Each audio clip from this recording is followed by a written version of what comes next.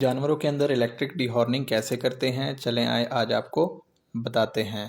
बिस्मिल्लाहिर्रहमानिर्रहीम। अस्सलाम वालेकुम फ्रेंड्स, उम्मीद करता हूं कि आप सब हज़रात खैर खैरियत से होंगे, ठीक ठाक होंगे। तो व्यूअर्स, आज मैं आपको जानवरों के अंदर इलेक्ट्रिक डिहॉर्नर की मदद से जानवरों के सींगों को ख़त्म करने के तरीके के बारे में बताने वाला हूं, जो कि बहुत ही ज़बरदस्त और यूनिक तरीका है जिससे आप अपने जानवरों के बढ़े हुए सींगों को ख़त्म कर सकते हैं। अगर आपने उनके ग्रोइंग एज के अंदर, मतलब छोटी उम्र के अंदर आपने उनके परसा ट्यूब या किसी भी ट्यूब या प्लास्टिक की मदद से सींगों को ख़त्म नहीं किया, तो आप उनको कैसे ईज़िली ख़त्म कर सकते हैं। तो इससे सबसे पहले आपने जानवर को अच्छे तरीके से रिस्ट्रेन करना है, उसको काबू करना है, ताकि आपको बाद में मसला ना हो। तो उसके बाद आपने जैसे ही काबू करना है, आपके पास कैंची हैं, ठीक है, कैंची होनी चाहिए, एक रेती होनी चाहिए, और उसके बाद आपके पास डीहॉर्नर होना चाहिए। और उसके बाद आपने इसके बालों की अच्छे तरीके से कटिंग कर लेनी है। रिस्ट्रेनिंग के बाद, जैसा कि आप देख रहे हैं, मैंने इसको अच्छे तरीके से रिस्ट्रेन किया है। और उसके बाद आपने कटिंग करने के बाद जो सींग के गिर्द जो गंद लगा हुआ होता है, उसको आपने कैंची की नोक से उसको रिमूव कर लेना है, ताकि आपके डीहॉर्नर में मसला ना आए, डीहॉर्नर अच्छे तरीके से काम करे और वो ख़राब भी ना हो।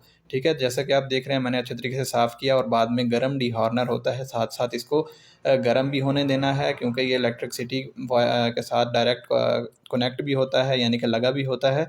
उसके साथ साथ आपने इसको जानवरों के सींगों पे अप्लाई करना है। अप्लाई करने का तरीका ये है कि आपने इसके सींग के ऊपर रख के जस्ट इसको जेंटली रोल करना है, घुमाना है, जैसा कि आप देख रहे हैं मैं इसको घुमा रहा हूँ। उसके बाद आपके पास ये रेती होनी चाहिए, जैसा कि आप देख रहे हैं मैं इसके अब सींगों की रबिंग कर रहा हूँ, उसको रगड़ रहा हूँ, क्योंकि ऊपर वाला जब डेड एरिया मुकम्मल तौर पर रिमूव हो जाता है, तो नीचे से सख्त किस्म का उसका जो बड है निकल आता है। उसको आपको रगड़ना ही पड़ता है, ताकि वो फ्लैट हो सके और मुकम्मल तौर पर बराबर हो सके। जैसा कि आप देख रहे हैं, मुकम्मल तौर पर ये बराबर हो चुका है। तो इसी तरीके से आपने दूसरी साइड पे भी पहले उसको अच्छे तरीके से रब करना है, उसको अच्छे तरीके से सींग को साफ़ कर लेना है, बालों को काट लेना है। फिर उसके बाद आपने उसके ऊपर जेंटली, जैसे मैंने आपको पहले बताया था, कि उसी तरीके से डीहॉर्नर को आपने अप्लाई करना है, ठीक है, ताकि अच्छे तरीके से उसकी डीहॉर्निंग हो सके। और आपने सबसे पहले, जो सबसे ज़रूरी बात है, वो जानवरों को अच्छे तरीके से रिस्ट्रेन करना है। अगर आपका जानवर अच्छे तरीके से रिस्ट्रेन यानी कि काबू नहीं होगा, तो वो बार बार हिलेगा। अगर हिलने की वजह से उसको ये डीहॉर्नर कहीं पे लग गया, तो वहीं पे सुराख हो जाएगा, क्योंकि ये बहुत ज़्यादा गर्म होता है,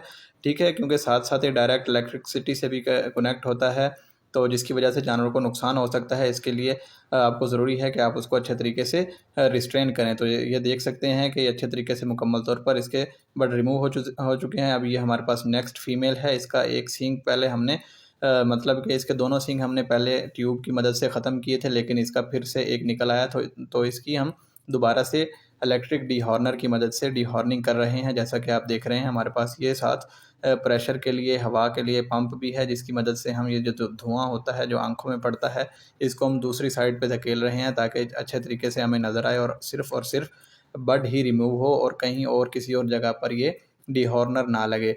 तो ये बहुत ही आसान और बहुत ही अच्छा और यूनिक तरीका है। आप इलेक्ट्रिक डीहॉर्नर की मदद से जानवरों के बढ़े हुए सींगों को, यानी कि अगर वो ग्रोइंग एज से निकल जाएँ, तो उसको आप आसानी से ख़त्म कर सकते हैं, जो कि बाद में बहुत अच्छे तरीके से ख़त्म हो जाते हैं। और मुकम्मल तौर पर ऐसे लगता है कि जानवर मुकम्मल तौर पर घोना है, और ये बिल्कुल जानवर की खूबसूरती में इसके अंदर कोई फ़र्क नहीं आता। तो चलें, अभी मैं आपको बताता हूँ कि जानवरों के अंदर इलेक्ट्रिक डीहॉर्निंग या डिसबडिंग क्यों करते हैं।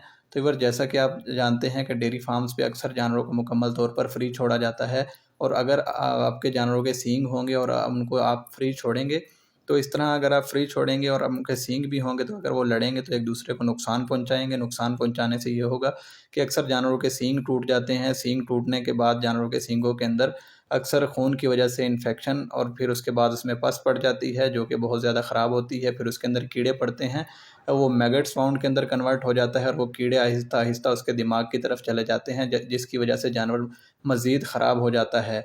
ठीक है, तो इस तरह के नुकसान से बचने के लिए फार्मर्स अक्सर अपने जानवरों के सींगों को ख़त्म करवा देते हैं। एक तो जानवर के सींग मुकम्मल तौर पर इससे ख़त्म हो जाते हैं, जानवर के लड़ने की वजह से एक दूसरे को नुकसान भी नहीं पहुंचाते, और दूसरा ये कि जानवर खूबसूरत भी लगता है, जानवर की मार्केट वैल्यू भी ज़्यादा हो जाती है। ठीक है, तो ये बहुत ही आसान और यूनिक टेक्निक थी। मैंने सोचा कि आप भाइयों के साथ भी शेयर करूं, ताकि आपको पता चल सके।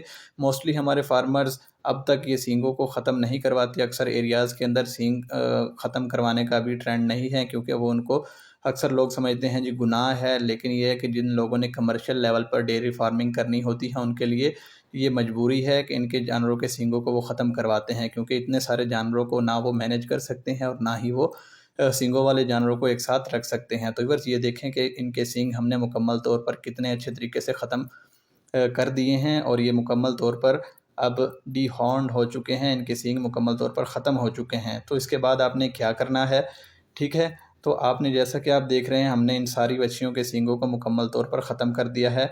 ये पहली है और साथ साथ आपको दिखाता हूँ ये बड़ी है, इसके ज़्यादा सींग थे। ये देखें जी, ये तकरीबन इंसेमिनेशन के काबिल बछड़ी है, तो इसके सींगों को भी हमने अच्छे तरीके से ख़त्म कर दिया है, ठीक है। इसके साथ साथ आपने जैसे ही आप इनके सींगों को ख़त्म करें उसके बाद आपने जानवरों के सींगों की केयर के लिए उनके सींगों पर या तो आप वैसलीन लगा दें या कोई ऑयल लगाएं, या अगर आपके पास किसी किस्म का कोई स्प्रे पड़ा है तो आपने जानवरों के सींगों पर स्प्रे करना है, ताकि मक्खी बैठने की वजह से उनके सींगों में किसी किस्म का इन्फेक्शन ना हो, और अगर थोड़ी बहुत ही माइनर सी ब्लीडिंग आ रही है तो वो भी कवर हो जाती है। ये देखें जी, माशाल्लाह बहुत खूबसूरत तरीके से ये ज़बरदस्त इनके सींग हो चुके हैं। ये देखें, लग भी नहीं रहा कि इसके हमने सींग ख़त्म किए हैं। तो अभी हम इनको स्प्रे कर देंगे इनके सींगों पे, जैसा कि आप देख रहे हैं। इस तरीके से आपने डीहॉर्निंग के बाद स्प्रे कर देना है ताकि किसी किस्म का इन्फेक्शन ना रहे।